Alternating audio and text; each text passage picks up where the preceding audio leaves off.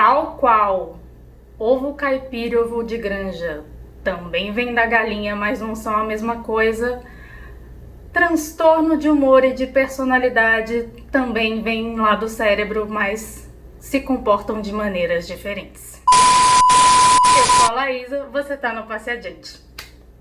Já vai deixando o seu joinha que deu muito trabalho fazer esse conteúdo. Eu não sou psicóloga, contudo, porém, todavia, entretanto, sou uma pessoa com transtorno psiquiátrico, de modo que estou no meu lugar de fala para poder explicar essa bagaça para vocês. De maneira bem genérica, a gente pode dizer que quando você está olhando para uma pessoa que tem transtorno de humor, aquilo ali que você está vendo é como a pessoa está. Quando você está olhando para uma pessoa que tem transtorno de personalidade, aquilo ali que você está vendo é como a pessoa é. Então, em certa medida, todos nós temos um pouquinho de transtorno de humor e de personalidade. Acontece que uns foram diagnosticados e outros não. Brincadeira! Nós que temos algum transtorno psiquiátrico, nascemos com algumas conexões cerebrais meio bagunçadas. Quer dizer que os nossos neurônios não se comunicam muito bem, de modo que a gente produz uns hormônios de mais, uns hormônios de menos, então as nossas emoções ficam um pouco confusas. Então, quando a gente tem um transtorno de humor ou um transtorno de personalidades, ou a gente, como eu, tem os dois, porque pode acontecer, acontece da gente ter aí, assim, talvez uma crise de ansiedade, uma crise de pânico, cair assim numa depressão, ficar meio raivoso, querer bater nas pessoas, ter um surto. E é preciso ter o quê? Quem tá em volta? Paciência, é preciso ter paciência. Passar a mão na cabeça? Jamais! Você não vai passar a mão na cabeça de uma pessoa que tá adoentada, mas você também não vai virar pra ela e falar assim, sorria, a vida é linda, porque você não faria isso com uma pessoa que quebrou a perna. Uma pessoa que quebrou a perna, uma pessoa que tá na cadeira de roda, você não vai simplesmente virar pra ela e falar assim, levanta e anda. Porque tem todo um processo, né? Essa pessoa vai precisar tomar um remédio, fazer uma fisioterapia, passar por uma reabilitação. Assim somos nós que temos transtornos psiquiátricos. E para que isso funcione, vocês que estão à nossa volta e estão tentando nos ajudar, precisam também estar em tratamento. Porque não adianta a gente se tratar se quem está em volta não se trata.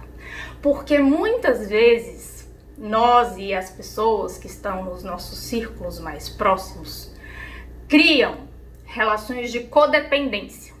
Então, sem perceber e às vezes sem querer, elas acabam produzindo e reproduzindo comportamentos que vão fazendo com que a gente se mantenha naquele ciclo vicioso.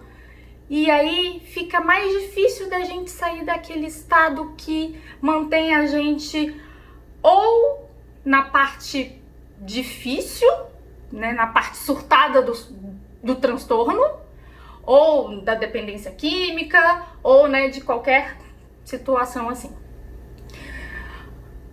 Ou então, quando a gente já saiu do surto, ou quando a gente já se livrou da dependência, a pessoa que tá lá no círculo mais próximo, tava tentando ajudar, ela fica ressentida, ela fica com raiva. Ela pensa assim, nossa, eu não fui reconhecida por todo esse trabalho que eu fiz. Ela fica magoada,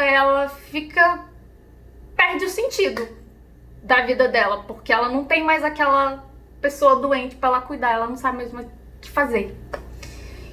Então é preciso que nós, pessoas adoecidas, nos tratemos, mas também é preciso que vocês, pessoas que estão do lado, se tratem também, para que todo mundo fique bem.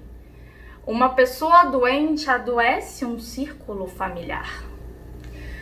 E aí, para ajudar a mim e a minha família, e vocês e suas famílias, amigos, chefes, conhecidos, eu vou deixar 2 sugestões de leitura que para mim fizeram muito sentido e me ajudaram bastante nesse processo de controlar melhor os meus impulsos e, no meu caso aqui específico, né, que ali lá em casa a coisa pega entre mim e a minha mãe.